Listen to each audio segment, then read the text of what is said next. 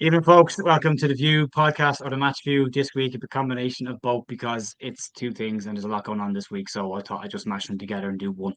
I'm being lazy. Joined tonight by Paul from Leeds Therapy, the Leeds Therapy YouTube channel as well. I will link that down below. Make sure you go check Paul out as well. And Maximum Leeds Lady, we could have Chris, who contributes to the American Leeds podcast, along shortly as well. We're going to talk about the game, but I wanted to start the whole thing off by just kind of saying the world is not on fire. We did lose a match, but we were always going to lose a match at some point, and we will lose more matches before the season is over. This is not a case of necessarily Leeds being very, very bad this season. This is more a case of the top two just being very, very, very good. There are some issues, not necessarily issues, but critiquing points, I suppose we call them, that we will get into in this as well. We're going to talk about pretty much everything that's been mentioned in the comments so far: plan B, substitutions, shape, tempo, all the usual stuff that tends to come up when we're talking about a defeat. Before we get into it, Paul, welcome to the channel. Thanks very much for joining in. How are you doing? How's your week been? Everything was going really well up until last night. In all honesty, no, it's been going really well. Like I said to you before, I appreciate the opportunity. I'm a relatively new Leeds channel, small channel, and just for me, it's just a place to just kind of talk and speak about what I want to speak to with regards to Leeds. So yeah, it's a perfect name you've got for your channel, Leeds Therapy. I mean, it's what we all need. Yeah, it just allows me to kind of diatribe, to come out and just say how I feel about stuff and just give my kind of impression and try and, hopefully help some people at the same time as well. Maybe people agree or disagree. That's a great thing. Opinions are like backsides. Everybody's got one. Exactly. Yeah. And I always say, if you disagree, that's fine. That's absolutely okay. That's your opinion and you're entitled to that. And that's absolutely okay. Max, how have you been? How's your week been? Pretty much the same, to be honest. It's having a normal week, enjoying myself. I thought, this could be a potential. Well, I think I said when I did my watch along, I was like, this is going to be a battle. There's no way that they just roll over for us and they will battle. But yeah, I mean, we lost the game and it's the first time we've lost in 7 games. So it's not the end of the world. I think. Do you mind if I go on to it's not the end of the world stuff? I was just going to say that I think sometimes people forget that there's another team on the pitch and teams aren't just going to roll over for us, and you have to give the opposition credit. In my match reaction, I gave them a lot of credit, Sunderland, because I thought they were very well organised. They pressed well. They stopped us doing what we wanted to do. They stopped us being able to play out from the back the way that we wanted to. And when it came to it, they took their chance. And you have to give them credit for that. They were so organised at the back. They didn't really give us anything that, like you mentioned before we came on, Joe, they bullied us a little bit in the midfield and our front men as well. So you have to give Sunderland their dues. They were one of the best teams we faced this season. And I thought they were really well organised, disciplined. And to be honest, I don't think Leeds were as bad as what people are saying as well. I think it was just that there was actually another team playing against us. So we had to try and figure out a way of playing against them. And maybe we didn't quite do that by the end. But overall, I actually think it was a pretty evenly matched game. It's just that they got the better of it. I think it could have gone either way. I really do. But yeah, it's not the end of the world. The world's not on fire. Yeah, we'll get into more thoughts. I wanted to share this with everybody for context. I put it out on Twitter this morning. Somebody else had actually put it on Twitter. I mean, before I share this, the person that actually put it out on Twitter should be the person that gets the credit for this.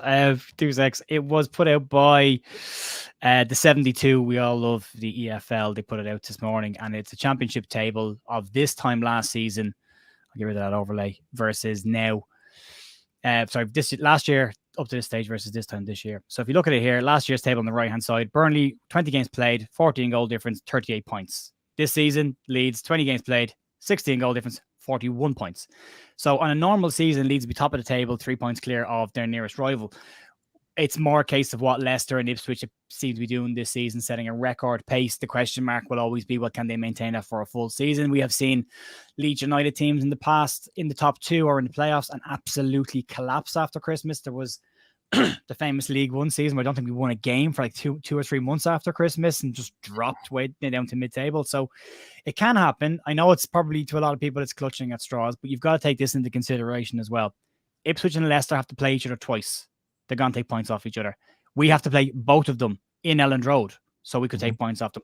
And then there's exactly what can happen after that. Sunderland have got to play teams. Southampton have got to play teams. Middlesbrough are going to be in this as well by the end of the season. I'd be shocked if Middlesbrough aren't in the top 6.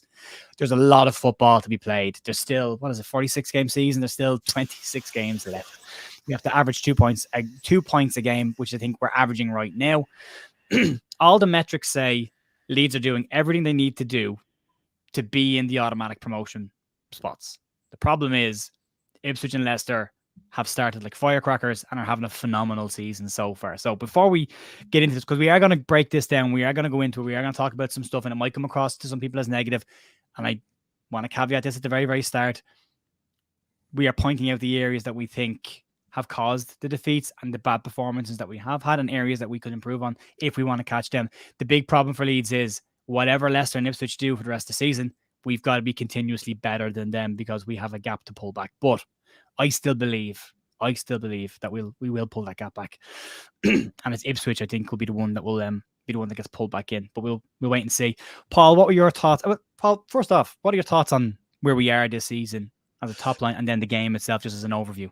Yeah, I think if we're all honest and take our rose tinted, we all love Leeds to the core glasses off, we are doing better than what I expected us to be doing in terms of where we are now, just purely because of the absolute dumpster fire that we had over the summer of people wanting to leave, people threatening legal action against the club if they wanted to leave, and everything that went on. And you have to give Farker a lot of credit in terms of how he's managed to pull the team around from where we first started. And our issue was at the start of the season, we were struggling a little bit at the start of the season, new manager, a lot of new players, trying to get the new methodology and the new style to kind of gel and work. And it wasn't until just after, I think, probably the first 3 or 4 games where we started to see a little bit of how it was going.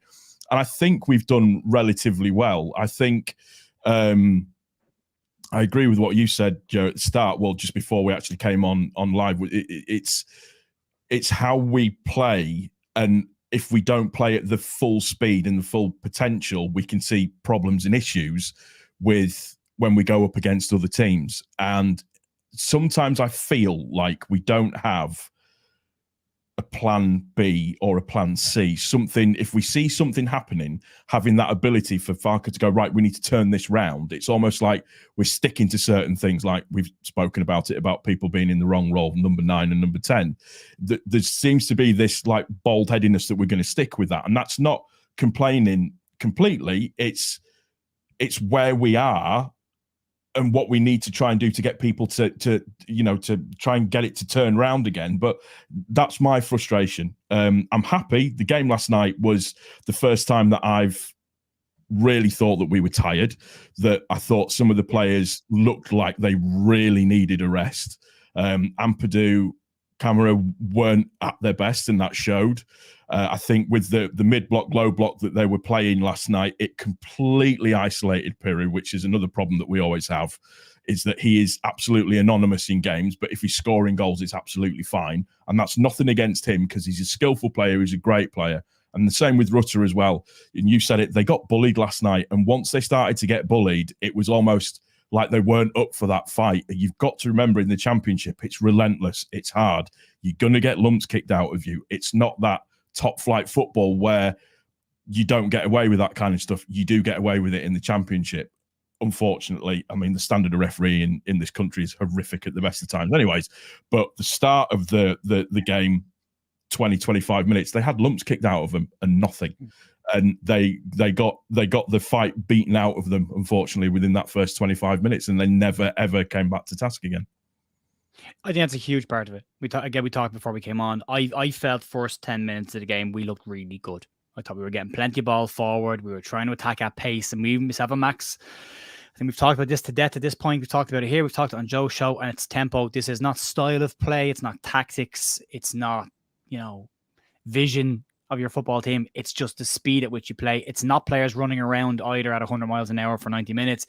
It's the speed at which you move the ball. It's the movement off the ball. And if you look at large portions of the game last night, after, say, the 15th minute, Leeds were stationary. The tempo was slow. It was a lot of players that Leeds got on the ball in the opposing half, stood with the ball at their feet. There was no impetus to get it moving quickly again. And I always feel And I go back to Plymouth, I go back to Huddersfield, games we didn't lose, but we conceded when we took our foot off the gas.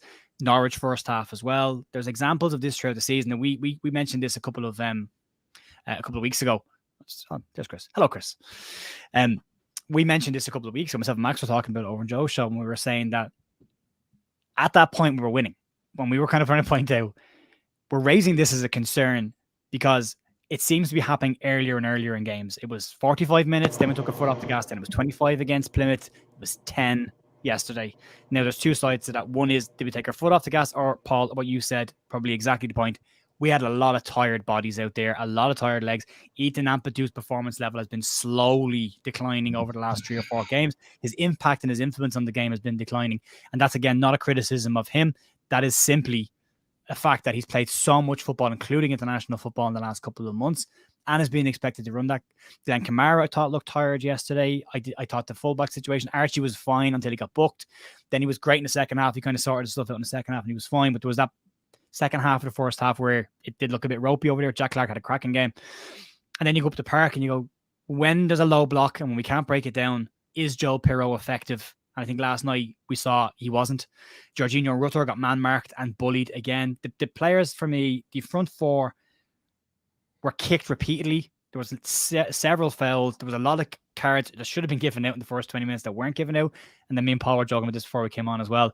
Leeds were the first team to pick up a yellow card then, and going to halftime as the only team with a yellow card, considering what went on in the first half. Some of the tackle, the tackle on Dan James was borderline red card because he went over the top of the ball and stood above his ankle, which is a horrible tackle. Got away with it, not even a yellow card. I don't think Leeds got a free kick for it. So there's that part of it as well, but you've got to push past that then and get into the fight and want to win the game and take it to Sunderland. And at that point, I kind of felt their front four went out of the game an awful lot, and then the tempo just dropped down completely and Leeds just went into possession mode. And it's fine to have all that possession, but it's about possession with purpose. What were we actually trying to do with the ball when we got into the final third? We went left and right, left and right, left and right, left and right. There was never a pass looking to try and split the lines. And that for me is where the lack of a creative number 10. Again, it's not a criticism of Joe Pirro, the number 10. He does some tidy little things in there at times. He can link the play well. But when it's not going our way and we have a low block in front of us, which we've struggled against most of this year with low blocks, having a creative number 10 in there. And I think he kind of identified it towards the end of the game when he put Cree in there. But it was way too late. By that stage, it was reactive then. And the plan being, I see a lot of people in the chat calling out a plan B. The plan B seems to be put on all the attackers and go for it. Where it's worked this season was when there was a bit of space. Where it didn't work last night, Sunderland didn't change their game plan. They kept the low block. They kept discipline. They moved the defensive block very, very well. It started off as very high mid block in the first half and then it slowly started dropping, but it was still there. And then you look at what did we do to impact that? And we didn't do a huge amount. The players that came off the bench didn't do an awful lot because they couldn't get the ball. We weren't putting the ball into dangerous areas. We weren't putting it into the box. You have all these strikers on. There's a wall of players in front of you. And then you've got midfielders who are looking up and seeing 6 Leeds players and 8 Sunderland players in front of them going, we can't pass that ball to anybody. It needs something else. And that for me is where it kind of fell down, is potentially a lack of a proper plan B. But also I think the lack of rotation in the squad isn't helping this team either. And I'll move on to Chris actually in a sec, but it's my soapbox rant for this week. I felt that Daniel Farke doesn't trust the squad fully. I think there are people within the squad he has a lot of faith in, but I don't know if he trusts the entire squad. It's the same players come off the bench every single week. The same players that don't get used are not getting used. You go 20 games into a season and you spent the whole season sitting on the bench and not being asked to play football or playing 15 minutes or only being brought on after 70 minutes. 20 games into a season is enough for you to say, well, I'm not playing today and I'm probably not going to get until 70 minutes. So all of a sudden the attitude can start to turn a little bit, or the interest in it can start to turn a little bit. And if he doesn't trust that bench, then Leeds need to go out and buy a bench that he does trust. But there are players on that bench that he asked for and he bought, that he's not. Ilya Gruev isn't kicking the ball. 2 midfielders look shattered last night. Why is Gruev not coming onto the park? Like, there's obvious changes that aren't being made. And then we get the changes that are obviously made by Farke. We see Nanto coming on, we see Bamford coming on, Anthony coming on. But I don't know. That's my little rant about it. There were the issues I think we broke down last night, but I think it's all fixed by increase the tempo, and all of a sudden Leeds are a different team. They're unplayable. Once it's fast, we're a better side. Chris, welcome on. Have you been first? And then what were your thoughts on the game? Top line. Oh, doing well. Thanks, guys. Good to see you all. Max, been watching you for a long time. Good to finally be on with you. Yeah, nice to meet you, Paul. Yeah. I think, Yeah, doing well, but yeah, I caught a little bit about what you guys were saying earlier. I just think we become pretty predictable. Lack of rotation, not using the pieces we have. I think Sunderland had a really good game plan. I think they neutralized our front four pretty well. So credit to them. But yeah, I just felt like we do have some pieces we're not utilizing. I thought Nanto looked pretty good when he came on. The players we do have that are able to take on, defenders one-on-one, were able to get through at times. There wasn't a finished product to those, but that's individual talent, isn't it? Rather than a system that's working. That's saying these players are just so good they can beat a man and create something, but that's not down to Farke thinking of a way around it, is it? That's just the players being good, which is a bit of an issue. Well, I guess I'm trying to think about, breaking down that low block. How do you do that? And I think, they kept forcing it down the middle, trying to force it into the box. Nothing was happening. I think we took a lot of low percentage shots from outside the box, which, the chances of scoring on those is really low. So they didn't have ideas. They didn't have answers to what Sunderland were giving them. And that comes down to the manager, So yeah, disappointing, flat. They neutralized this. They put a good game plan in front of other teams that are going to be coming down the schedule. So we have to respond. We have to adapt, and we'll see what happens. I think we have to adapt and we have to change quickly. We have to try and pick up points again at the weekend. Hope Leicester stumble tonight. We'll keep an eye on that result as well as we go through this. If you are listening to this and not watching this, I apologize for talking about the league tables that were on screen when you can't see them. But you can check it out on YouTube if you want, and you'll see it there as well. It's in the first couple of minutes. You'll be fine. I want to talk about Joe, just before we move on to that, I was just going to say that talking about what Farke does with his substitutions and stuff. I do feel like nowadays in the modern game, modern managers tend to swap between formations and systems quite a lot, with still applying the same principles and the same philosophy through that. But Farke seems to be very wedded to this formation. And yes, players, when we haven't got the ball, will drop in and almost make it a bit more of a 4-4-2 and try and play in two banks.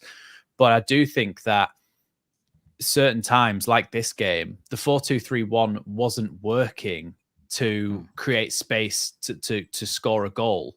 And so we ended up doing what we always do. And before we switched it all up at the end, which is, again, like you say, not really a plan, it's just throwing all the attackers on. Before we did that, he does tend to just swap a player for a player that was already playing in that exact same role. So he'll swap Nanto for Dan James. And yes, Nanto's good and he's a bit of a different type of player, but he is playing in the same position. He's being asked to do the same jobs and the same responsibilities. So really, it's not going to make that much difference. But if you say, okay, well, this isn't working, so let's try a 4-3-3. Let's drop a player into midfield, maybe bring a Gruev on and release Kamara to be a number 8 box-to-box in front of Kamara, in front of Ampadu and Gruev. You might have a bit more solidity in midfield. You might have a little bit more to aim for on the wings.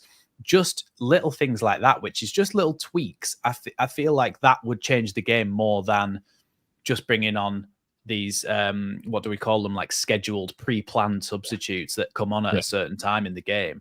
I feel like it's a little bit like it's not reactive enough. He doesn't react to what's going on in the game and swap them. He's obviously a great manager. Look, I'm not saying he's a bad manager, but I just think in certain situations, this is an area of his management which I think is a little bit lacking. And I think he needs to have that ability to say, okay, we'll push 3 up top, then have 3 in the midfield. Do you know what I mean? Just switch things up formation-wise so that you've got different players in different areas.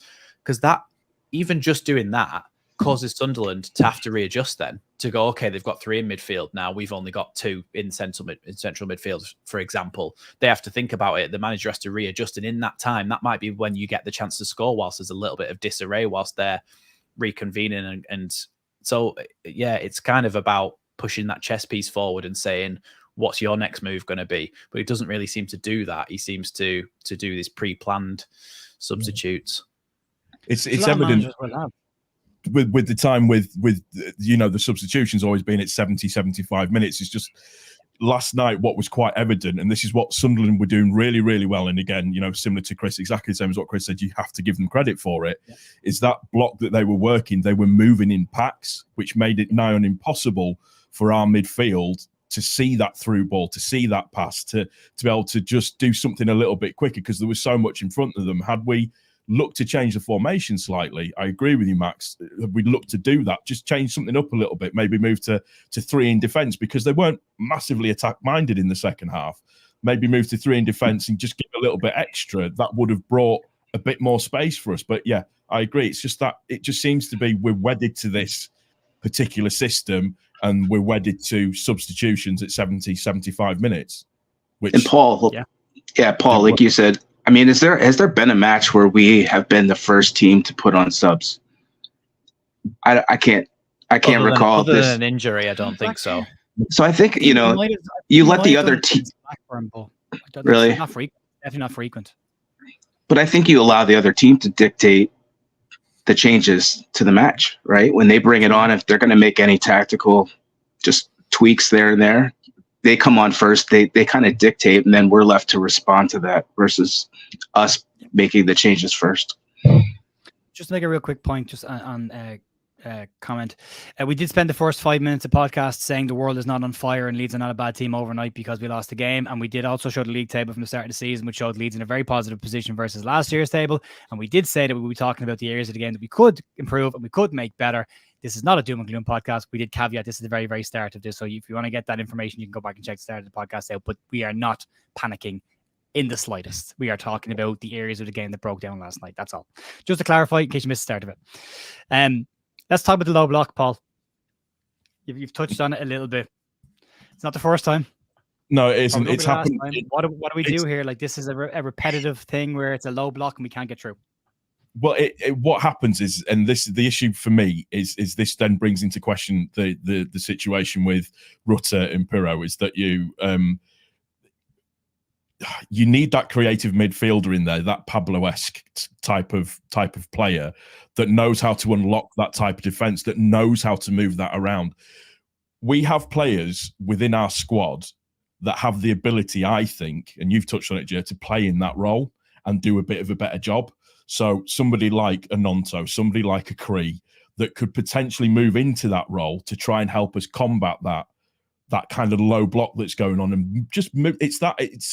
What happens is it makes us have an inability to move the team around properly, and the opposition then has the ability to basically just have us where they want us. It's like, that's fine. You can keep the ball there because we know that you're not getting through us anyhow you want, because you're not going to change it.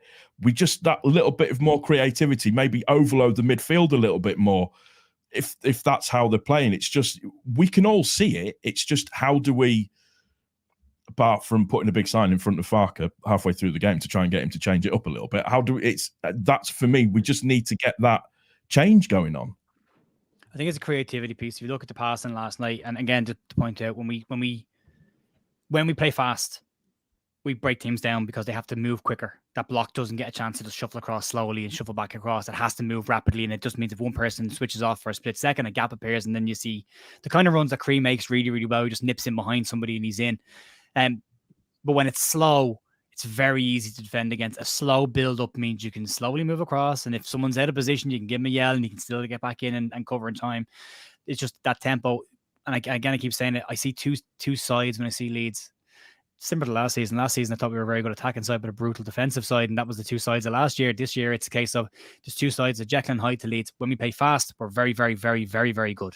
When we play slowly, we're not so good. We're not as good a team, and we can and have conceded goals against teams because of the tempo dropping, or at least it's timed in with the tempo. But as you were saying, it wasn't just a low block, Paul. There was the mid block as well, Max, and you wanted to talk a little bit about what they've done with their mid block. Yeah, it's just that it's something that I feel if other teams pick up on, we need to think of an answer to it, really. So usually when we play out from the back, we've got Pascal Strauch and Joe Rodon who split and go almost to the sort of the corners of the box and get the ball off Meslier. And when they look forward, they usually have the option of an Ampadu, a Kamara, or one of the fullbacks. But when they looked forward, they just looked like they didn't have any ideas, because they basically packed four across the midfield. Their and dropped 2 strikers in almost to just have 4 across the midfield between our midfield and our defense. So that was just but they wouldn't go and press our defenders, but there was no one there to receive the ball really. So Ampadu would try and do it, but he'd be marked so tightly that he would just have to pop it straight back again, and there would be no way forward. The main thing though is the way that they position Jack Clark and Barr in the first half, and then a bit later. Actually, no, I don't think Patrick Roberts was really doing it because they were dropping in by then. But basically, they just almost like imagine Leeds like a bit of a shape like this. I don't know if for the audio version, it's kind of like a square U. But the fullbacks are in this bottom section here, and the central defenders are in this bottom section here, and the fullbacks are up here. But Jack Clark and Barr position themselves in that diagonal passing lane between Archie Gray and Joe Rodon, and then the other one was between Jed Spence and Pascal Strauch. So when Leeds looked to play the ball forward to those fullbacks, there was just no option to do so.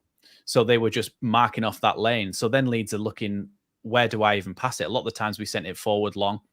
When we did actually manage to get it to our fullback, their fullback would also converge on our fullback, and their winger would converge on our fullback. So there'd be 2-on-1, and he'd be forced to just go backwards again. So they really just stopped us actually being able to go forward. If other teams pick up on this, we're going to struggle, I think. One thing that I think we did start to combat this, and I think, to be honest, I give Joe Rodon a lot of credit because I don't think he could have had much instruction from Farker at this point because it was during the first half. What he started to do was just carry the ball out himself. Yeah. And when he drags the ball out into midfield, that's when their players starts to think, oh, where am I going to go? And that's when a lot of the time he just pinged the ball across to Jed Spence. And that's when he did that, he did it fast and he got at Jed Spence, and we maybe got a little bit of a chance to get forward. When he did it a little bit slower, like Jer says, when we move slower, they converged on us and immediately sort of adjusted for that. And we really struggled to play through them and actually get up the pitch in this game. So credit to them because they were so well organized and had such a good plan to stop us playing out from the back. But we need solutions to things like that. And I don't think we particularly had one in that game.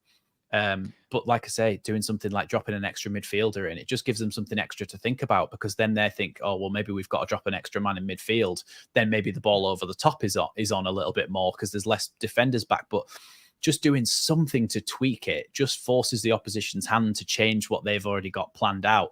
Whereas we just went, basically, this is a training drill for you. We're going to play exactly into your hands and do exactly what you wanted us to do in all your training sessions that you've been doing leading up to this game. So I think just they were very well organized, but we need to come up with solutions to teams that stop us playing out from the back, because it has happened a few times where not necessarily playing a mid block like they did, but teams who come and play a high press, we do panic a little bit and we struggle. We need alternatives to the way that we play in certain situations. And I think that's why we've struggled in certain games. Well, it was proved with the goal that Rutter scored. Sorry, Bob, go ahead.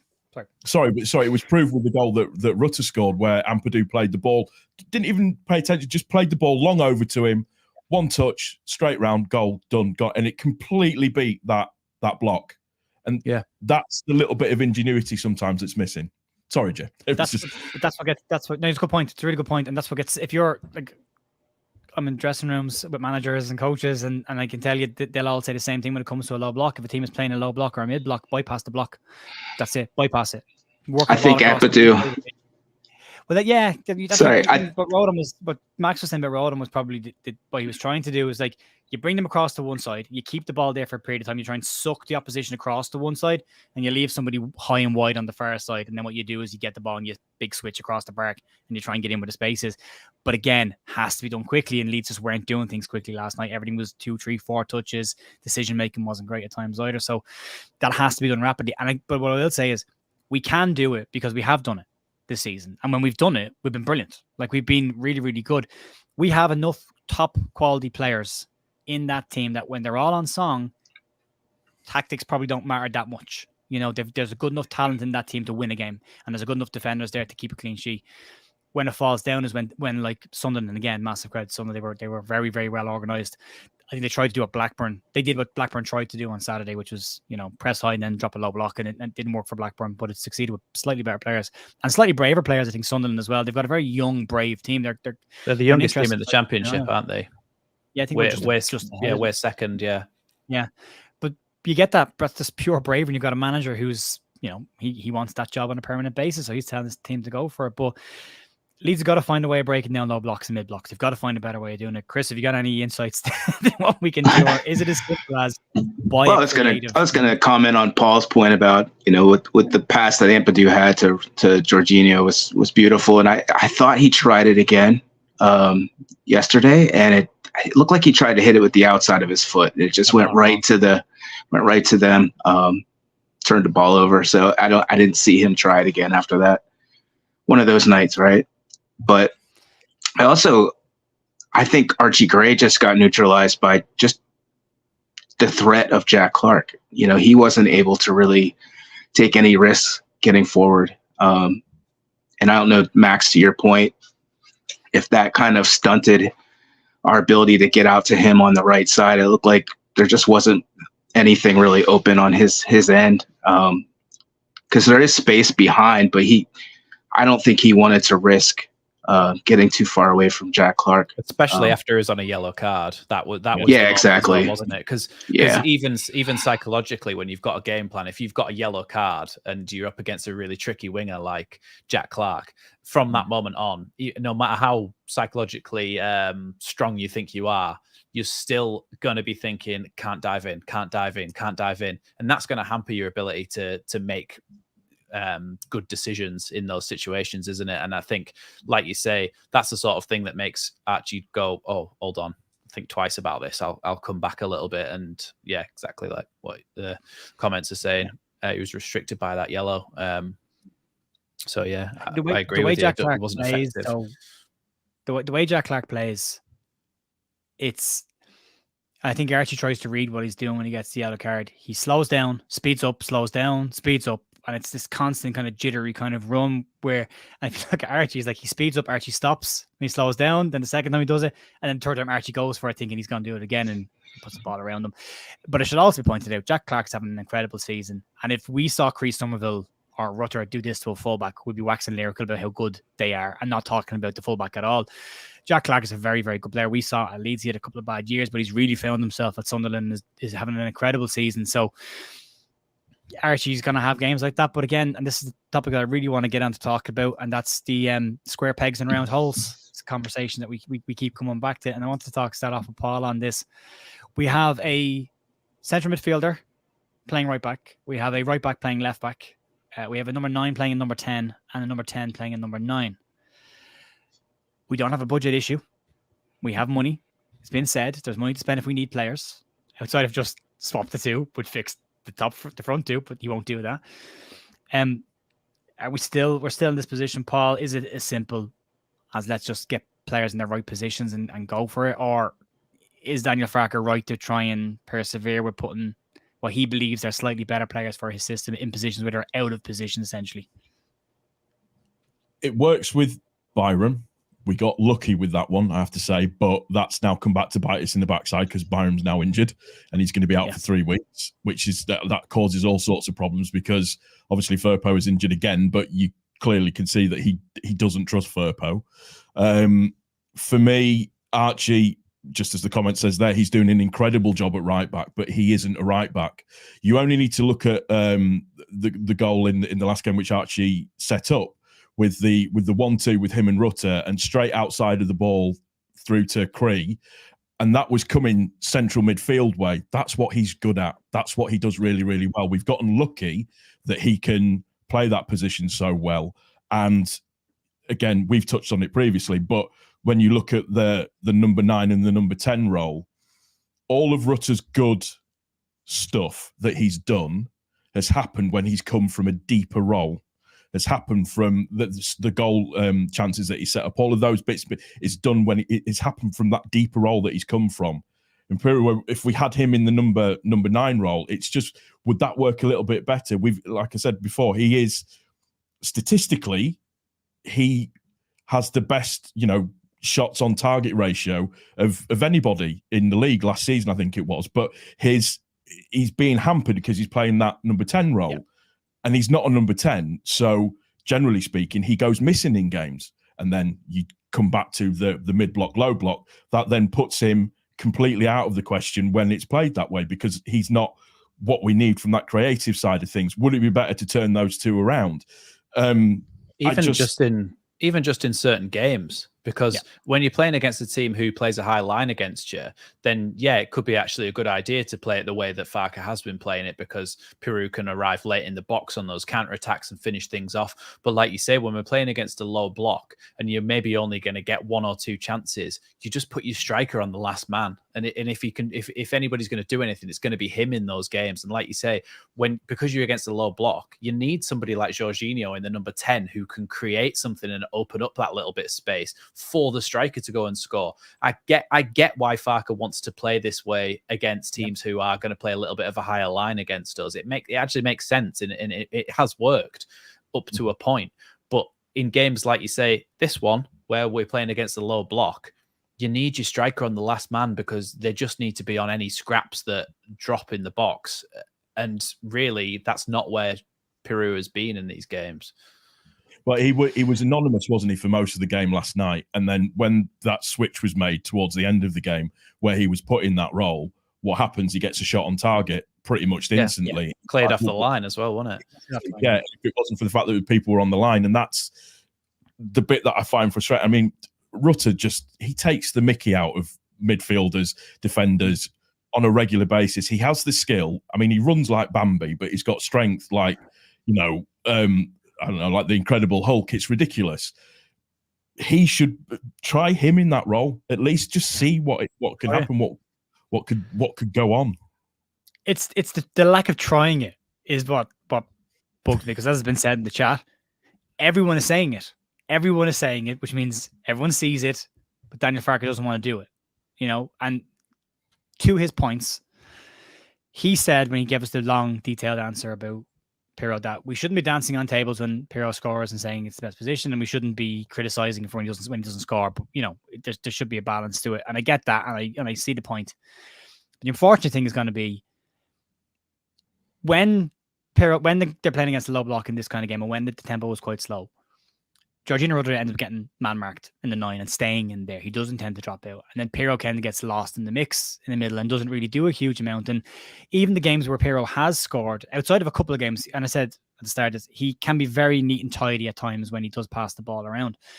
But if the game isn't going our way, and if everybody is up front and we're trying to break down a low block, he's not the right man to have in there. He's the right man to have in the number 9 when the ball drops in there, and then he can do what a striker naturally does, and then get Pirro out of it, get Rutter out of there, and drop him into midfield where he can create stuff. Because again, he's created the most big chances in the league and Premier League and any league by a mile. So put him in a position where he can keep creating those chances, and then it's up to the lads up front to score those goals. But it's a frustrating one. Chris, what are your thoughts on it? Well, I was just about to say he subbed off Rutter and then left Pirro in. Yeah. So I don't know what it is. I honestly don't know what Pirro is bringing in that. And when we're up against it like that with the low block, I'm not sure what Pirro does in that position. I mean, you've all said it. I don't know. It's really a mystery. What would you do? What would you do with this, Chris? Like, what would be the solution for this going into the weekend's game? Like, where's your head at going into Coventry? I wouldn't mind seeing the front four just rotated a little bit. I honestly, and you and I have talked about this before, but I really would like to see Nanto get a full game. He's looked dangerous when he's come on. And I don't know if that's in the 10 or if he's goes in for James on the wing, but I'd really like to see him in that 10 role. And he's got skill. He's really technical, and he's fast. He's got power on both foot, left and his right. So, and he seemed to be the one that he's able to ping the ball, switch fields when we need it to find that space, and we don't really see that a lot. So I don't know. I think that would be the one move for me. I don't know. What do you guys think? I'd like to see Nanto in the 10. I think when they made the substitutions last night, I thought that's where he would go and play because he was coming on for Jorginho. So I thought, okay, well, you're going to try him in there. And I thought, all right, yeah, I'd like to see that. I'd like to see what happens. This is a bit of a different substitution. As it happens, it wasn't. And Crescencio Somerville went in that role, but I don't know if Crescencio Somerville is really set up to be a number 10. I think he's better when he comes in from the wing and he's running like diagonally across the pitch towards the heart of the defense. I don't know, but doesn't really spread the ball. He doesn't spread the ball side to side as much. Just diagonal balls. Nonto is a player that can drop the ball off and then make a run and be on the end of that move that he started. He's one of those players who he's got great movement. Once he drops the ball off or pings it out to the wing, he instantly goes forward, and that's kind of what you need in that number 10 role to help out in all aspects of the attack. So I think I'd love to see Nonto get tried in that number 10 role. Just before we move on to what we need to do for Coventry, just get everyone's opinion on what you would do with the team coming in. There's a couple of Kane, I'm assuming you've arrived slightly late. That's absolutely okay. But just to cover off a couple of things again, so I did say this at the start. We showed the league table last season versus this season. We did say in a normal season, Leeds would be top and everything would be fine, but it's not a normal season. You got two teams that are doing fantastically well. So I don't want to keep repeating myself. So we did say that. And we did cover your other point as well about any other season would be top. We did mention that as well. And then the Pirro conversation isn't there.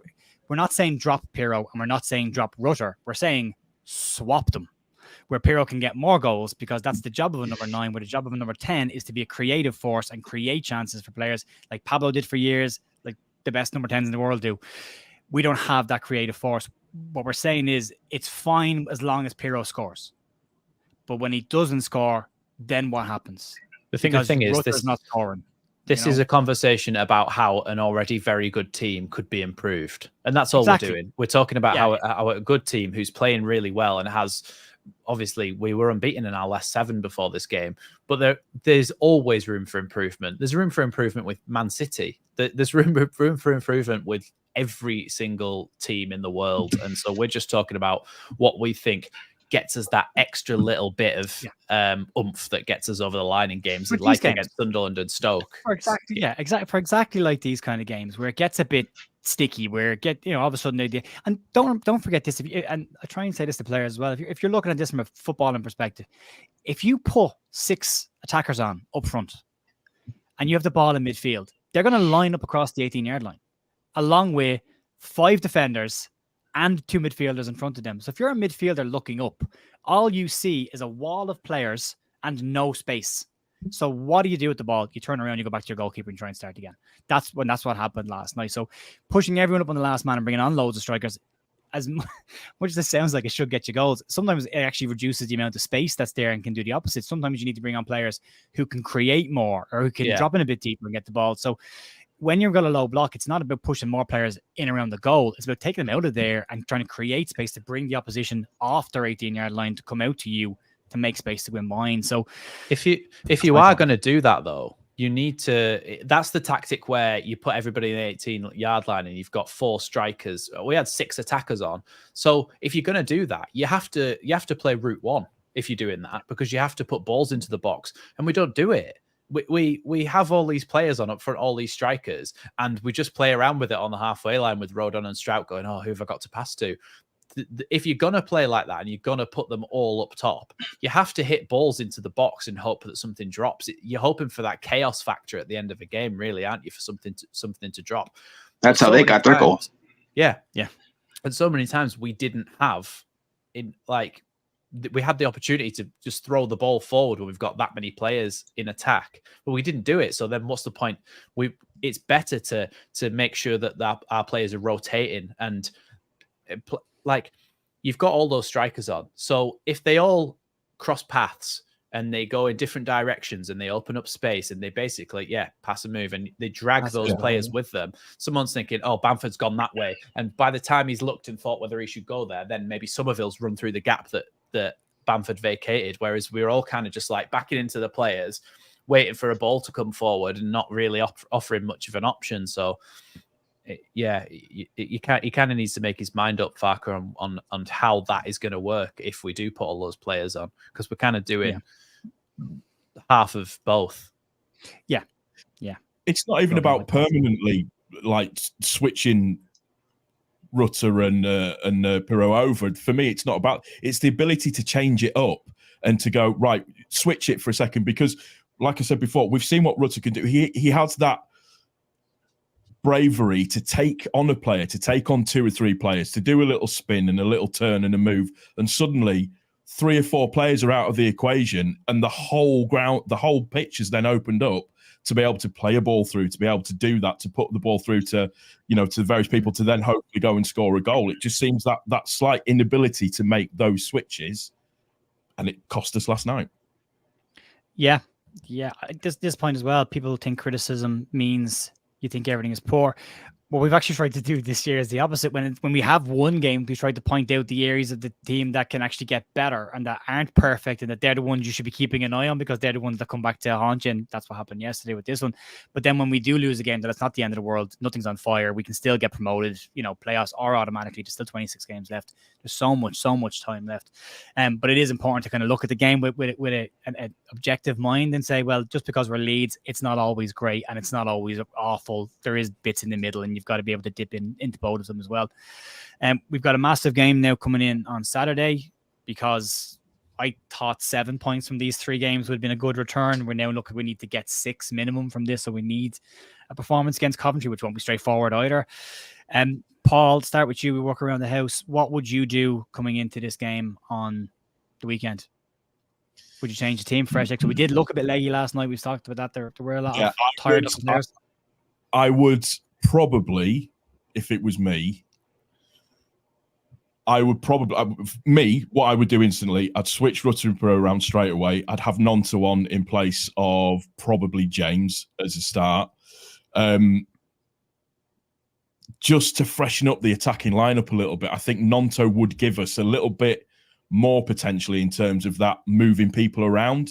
And I think him and Somerville play fantastically together as well. They're such good mates, and they really do, in inverted commas, vibe off of each other, which then breeds onto something quite special on the pitch at the same time as well. Just little tweaks. The defense, we can't do much about the defense at the moment because it is the way that it is. You can't really change anything about that. Rodon and Strout, I'm happy with the pair of them. I think they've got a good partnership.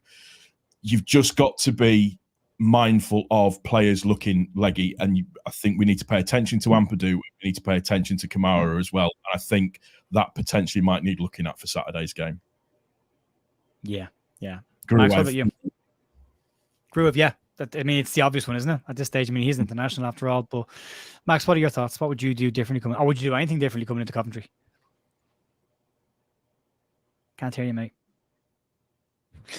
Sorry, I kind of thought that just on the at this day and age, you're on the Gruev thing. You're supposed to do that. When I've seen Gruev, he kind of looks like a little boy playing adults football. I don't know if that's just the way he runs around and the way he wears his kit or something. I don't know. Do you know what I mean? He just kind of looks like Archie Gray seems like more of a man's figure on the pitch than what Gruev does. So I don't know whether he's going to get bullied around a little bit if he does start a game. And obviously, Farker must have seen something that he's not 100% happy with enough to start him in games. But I think he needs to start getting off the bench more and getting more minutes. But yeah, I agree with what Paul said. A lot of the stuff that we need to do is with that attack and just freshen things up a little bit, because I do feel that a lot of them are tired. A lot of them need a rest. And looks like Coventry are playing a 4-3-3 tonight against Southampton, like right now. So they've got 3 in midfield, which again could be an issue for us, because whilst you say, oh, we've got 5 in midfield, it's not really like that, is it? It's almost like we've got 4 attackers and 2 midfielders. If you can almost imagine it like a 4-2-4 at some point. Yeah. So when you actually look at that midfield, we're going to be outnumbered against Coventry if we play just Ampadu and Kamara in there. And we could have that problem again of being overrun in the midfield areas. Yeah. And we've seen it where against us, we couldn't get to grips with it at all. Yeah, and we've seen it where, Joe, I know you mentioned that sometimes Kamara goes ahead of Ampadu, and then they kind of play directly in front of each other, quite vertical. So if you look at it that way, it's like that's your CDM and that's your central midfield, and you want to be slightly offset. But if you look at it this way, it kind of looks like that. But what tends to happen is this. Yeah. And what happens there is it creates 2 huge passing lanes down the middle of the park where teams can play into. So you've got to make sure your midfielders are disciplined to stay just offset from each other, one slightly behind the other one, and stay wide. Don't get caught one in front of the other, because it just creates too much space. Yeah, and that's what I genuinely think could cause us issues, being overrun in the midfield again. And if it's something that it happens again for the umpteenth time this season, we need to think about how we combat that. Whether we go, okay, we're going to play 3 in midfield this time, with 3 up front, and play a bit of a 4-3-3 to try and combat that with the wide forwards a little bit deeper than the striker maybe, but there needs to be something in there, because I think Kamara, to be honest, could do that job of a number 8 where he's in that central midfield spot just above 2 holders, and he goes forward and joins the attack so that they do have 4 in the attack when they need to, but when they need to, he also comes back as well. So for me, the midfield is going to be the key issue in this game. And if they, like I say, if they do play a 4-3-3 like they're playing right now against Southampton, then really we need to think about how we combat that, because we've been getting overrun in there. Leicester are losing 1-0 to Millwall 13 minutes in. Ooh. That's an interesting start. First goal tonight. Chris, don't jinx. I won't say a word anymore. Chris, take us home. What are your thoughts going into Coventry? What would you do? I'd have to echo what Paul said. I just think it would be really, to put Nanto in for James, just to see what would happen. James has been great this season. We're able to get him out on the wing and on the flank there. He's been finishing really well, and that's something Farkas said at the post game, that we're not always going to have a lot of chances, but when we do get them, we need to be clinical in our finishing, and just didn't happen yesterday. But I would like to get some more just fluidity on the front. Can you imagine Somerville, Rutzer, Nanto, and then even Spence? They're interchangeable parts. There's a lot you can do with those 4 in the combinations that they can do in the attacking front. So, yeah, I like what Paul said. I think it gives you a little bit more fluidity, and they can swap places during the game, and make things happen that way, depending on what Coventry brings. According to Max, if it's a 4-3-3, yeah, it's going to be maybe a similar challenge than Sunderland. So hopefully we've learned from that match, and there is a little bit, just it's not a total overhaul, but it's just some tweaking here and there to give us a little spark, and not a spark in the 80th minute, a spark from the very beginning to see if something unlocks there. Yeah, foot on the gas for 60 minutes. Yeah, minimum, and go and just stay on it. But again, that depends on the players. But I would like to see Nanto come into the 10. I would like to see Pero go into the 9, give Georgie a rest for a week, because he must be still carrying up, because he keeps grabbing his hip. He's still... Yeah, I saw that too. It's the second game I saw him grab that abdominal area. We all went, ooh. Yeah. Every match since he came back from the injury, and we keep getting told he's fine. But like, every time he hits the ground, he grabs the same part of his body. You're like, clearly doesn't look like he's fine. So I wouldn't drop him in the squad. I put him on the bench, and then use him off the bench, because he's an important player, and he could be a really good player to bring on if the game isn't going our way, to change how the game is going. But I'd like to see Willie in the 10, and then James for me, and I've said this all year, it's how you use Dan James that is going to be important, because he's an effective player. His finishing has come on a huge amount this season as well. So Farkas' work with him is clearly working. I know Jermaine Beckford's had a couple of conversations with him about finishing as well, but it's how you use Dan James. So if you look at the second half against Blackburn last week, probably could have taken Dan off, because it gone to the point where there was no space to run into. So what was the point of having him there? If you look at the low block in the second half yesterday, same thing as well. The change taking Dan James off yesterday made perfect sense, because why have a speed merchant if you can't use the speed to get in behind? Then all of a sudden it becomes ineffective, so you change it. So depending on what Coventry have done against the bigger sides, I haven't seen them against Leicester or Ipswich if they've even played. I don't know if they've played. They're playing Southampton tonight, so that's probably the perfect. That'd be a good. Yeah, if they sit back with a low block against Southampton, then we know that's going to happen on Saturday or the weekend. I think it's Saturday we're playing, or Sunday. I don't know. Weekend anyway. Saturday. That would be something for us to keep an eye on. But will Shackleton be fit for Saturday, Liam? No, he won't be. I don't think he's back for the weekend either. I think we're maxed out on fullbacks and potential fullbacks for the weekend. Right. So with all that said, I assume that Daniel Farke will probably start the exact same 11, and we'll see how it goes. The same 3 subs will come on the 70th minute, and we'll see what happens then. So, any final words, lads, from anyone before we wrap up? Any final thoughts? I think Spence is going to get better each game, so I'm looking forward to that. Yeah, I can't wait to see him on his natural side. doing what he's supposed to do. But yeah, he was fine last night. I was okay. Paul, what's going on your channel this week? Anything for everyone to look out for? I'm going to be doing a pre-match kind of little preview just of the Coventry game itself, and I'll just be having a bit of a chat about how I think it's going to go, what we need to do, and what we need to look out for. And then following that, it'll be either me crying or being very happy after the game against Coventry. Great. Well, fingers crossed it's laughing, not crying, smiling, not crying. Fingers crossed. As I said, everyone, the lads' channels will be linked down below. Chris's Twitter will be there as well in the comment section. You can check that out as well if you're on YouTube. Max, what about you? What's going on your channel this week? Today, another episode of Dream Teams came out with Kev from the Leeds House podcast. So that's a good watch if you've got a spare 50 minutes to watch a long form video. And then there's also a tactics video out tomorrow about the fullbacks, and then the usual stuff around the game at the weekend. Very good. They're another long, the Dream Teams, but I really enjoyed them. Like, I've enjoyed all of them because if nothing else, it's a stroll down memory lane. You start talking about players we haven't talked about in 10, 15, 20 years. So I've really enjoyed it. I think they've been really, really good. I haven't finished Rocco's yet. I'm at a striker for Rocco. So I'm like, but I'm interested to see what Kev does as well. Yeah. They're very good. You should go check them out. Chris, what's going on with you this week? I know you're not on YouTube, but what are you? Yeah, I'm kind of like an unused sub most of the time. I'm waiting in the wings. So yeah, just happy to be on with you and keep up the good work. It's enjoyable. Delighted to have you, mate. Delighted to have you here as well. We'll wrap it up there. I will nudge you in the direction of somebody else. Joe's show is live at 10:15 tonight, UK time, if you want to check that out as well. There'll be another review there. I won't be on it. I don't know if Max, are you on it tonight? No, it's too late for me when it starts at 10 o'clock. Got work in the morning. Yeah, got work in the morning. But I know he's got a lot of people on tonight as well. So go check him out. Go check that out. And I will be back tomorrow morning for Leeds News.